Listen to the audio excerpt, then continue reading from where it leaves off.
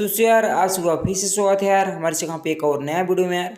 खैर यार आप सब अपने स्क्रीन पर यहाँ पे देख ही सकते हो कोलकाता का जहाँ पे प्रोग्राम होने वाला है वो वाला प्रोग्राम का स्टेज यहाँ पे आप सब वहाँ पे देख सकते हो जो क्योंकि काफ़ी शानदार यहाँ पे प्रोग्राम रहने वाला है।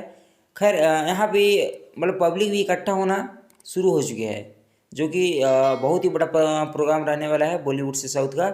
इसीलिए वहाँ पे अभी से आप देख सकते हो काफ़ी ज़्यादा आप सबको वहाँ पे भीड़ देखने को मिल रही होगी।